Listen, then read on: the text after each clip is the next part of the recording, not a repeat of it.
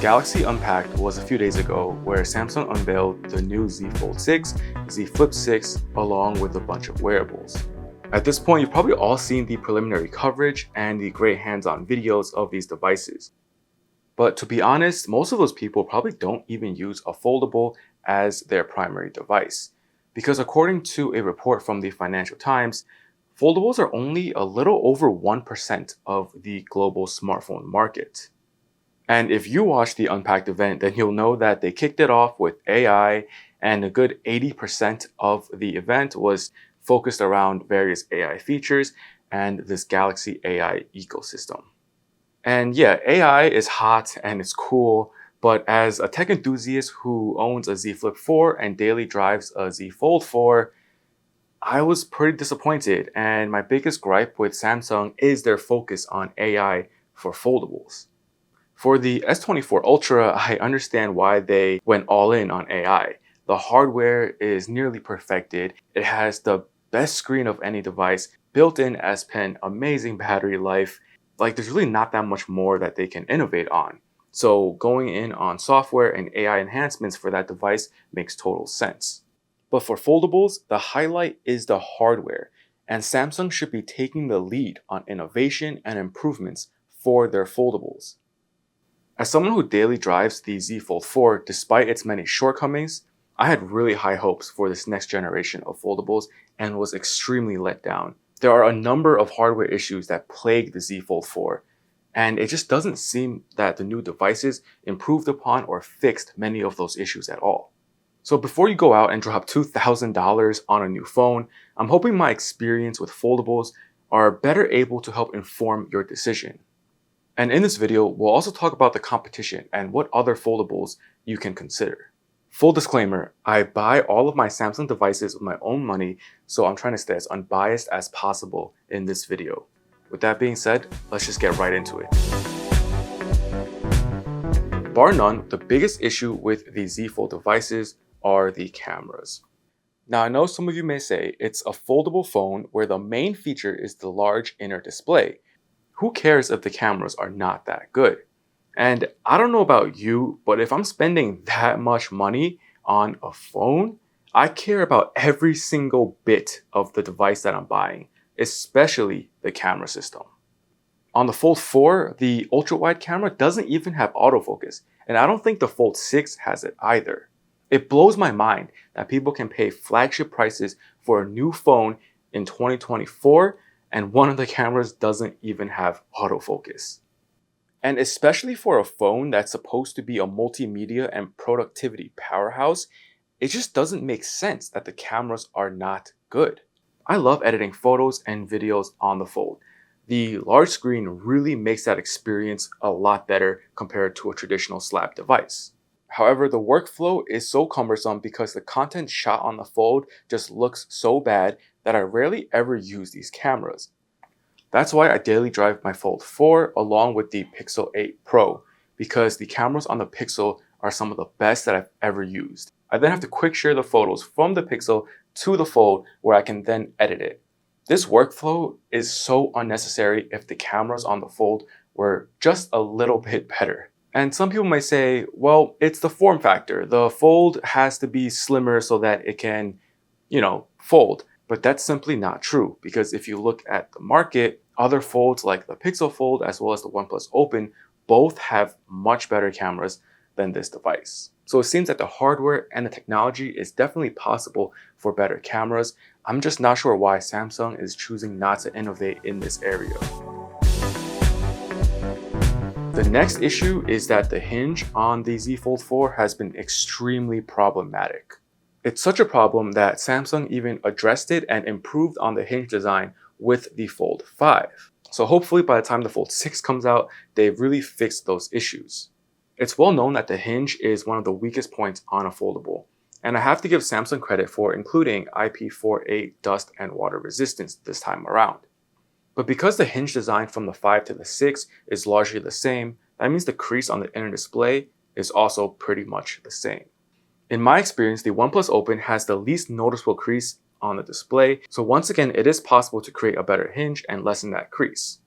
Even when viewing the device straight on, you can see distortion in the screen, and it's especially distracting when you're looking at it from an angle. For example, I love unfolding the phone so that I can share content with the person next to me. If we're on a plane, we can watch videos together. And when you're looking at it from an angle, a lot of that video definitely gets distorted and you can't see everything on the screen. Another major complaint of the Z Fold 4 is that the cover screen is way too narrow. Now, personally, I love compact devices. So that's why this form factor was so intriguing to me, where you can have a small compact phone, but still open it up to have maximum screen real estate. However, when I'm using this phone day to day, most of my use is definitely on the cover screen, and it really is just a tad too narrow. For example, it can interfere with typing, and not only is it super narrow, but it's also super tall. Because of this strange ratio, some apps also have compatibility issues.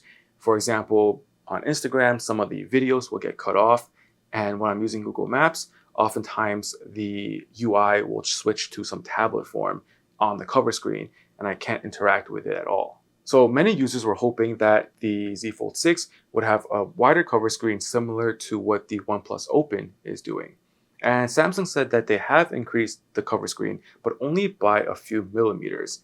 So honestly, it's not that much. If you were someone who thought that the cover screen on the Z Fold 4 or Z Fold 5 was already too narrow, I don't think the Z Fold 6 would make that much of a difference to you. On the other hand, a wider cover screen would also mean that when you open up the device, the inner screen would have a more squared off ratio. And this once again produces its own set of problems with app compatibility. So really there is no ideal solution to this, but I still wish that they had increased it just a little bit more. Now let's talk about the competition, or lack thereof, because in the US, there are really not that many other foldables in the market.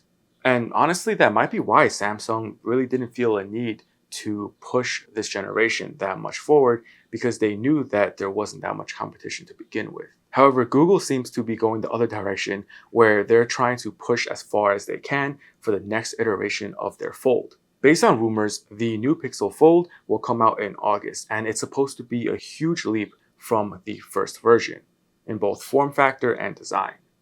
Many people loved the Pixel Fold for its passport-style form factor, which means that the cover screen is a lot wider, and when you open it up, it feels more like a notebook. It's rumored that the new Pixel Fold will have a slightly slimmer cover screen, closer to what the OnePlus Open currently has. This is both a positive and a con depending on which group you are in, but I feel like as long as it doesn't get too narrow, then it's still highly usable. Along with this new redesign, it's also supposed to be lighter and thinner, which are both positives. However, I still hope that they're able to fit in a big battery, because the battery life on the Z Fold 4 definitely sucks, and I have to charge this thing at least once, sometimes twice a day, just to be able to get through the whole day. And on the latest Z Fold 6, they have the same battery size, so I'm not expecting too much battery improvement there either. One of the huge advantages for the Pixel Fold are the cameras. Even on the first Fold, you already get that pixel magic when you're taking pictures, and it just produces really good photos. So I'm hoping for the second iteration of the Pixel Fold, they can really improve upon that and push it forward way ahead of the competition. If that's the case, then maybe I can finally not have to carry two phones and I can just carry one instead. Unfortunately for OnePlus fans, it is rumored that they will not come out with a new OnePlus Open this year. But this could also be a good thing, because maybe they are really taking the time to evaluate the feedback, evaluate the market, and come out with something really amazing next year. And in terms of pricing, this really gives them a competitive edge, because both the Samsung and Pixel Folds are supposed to be increased in price. So with the OnePlus Open staying on the market, they can even cut some prices to entice people to switch over to the Open. Okay, so with all that being said, I am still planning on upgrading to the Z Fold 6. Now, again, I was massively disappointed with this announcement, and I'm upgrading more out of necessity than want. Ideally, I'd hold out until August to see what the Pixel Fold brings, but my Fold 4 is already starting to have some slight issues. the inner screen protector has been bubbling up and I can't really use the phone open anymore. The hinge is also starting to weaken and this device is out of warranty. So before something actually breaks, I love to just trade it in and get a new phone. The durability of these foldables definitely need to be improved upon. And while this phone is still working, I love to take advantage of some of those trade-in offers from Samsung. So yeah, if you guys are looking for a foldable, seriously consider buying some kind of extended warranty or insurance because these things are fragile, they will break, and when it does, it will be extremely costly to fix if it's not covered under warranty. So let me know what you guys think. Was I too harsh on the new Z Fold 6? If you guys are coming from a Z Fold 4 or a Z Fold 5, let me know if you guys are upgrading or if you're sitting this one out. And also don't forget about the Pixel Fold and let me know what you're really looking forward to the most with that new device. Ideally, I love to get my hands on both and fully be able to test them and review them for you guys. So if you like this video, please give it a thumbs up. And if you want to subscribe, I'd really appreciate it. That way you don't miss out on any of those videos when they come out and it really helps out my channel a lot. Thank you so much for watching and I'll see you next time.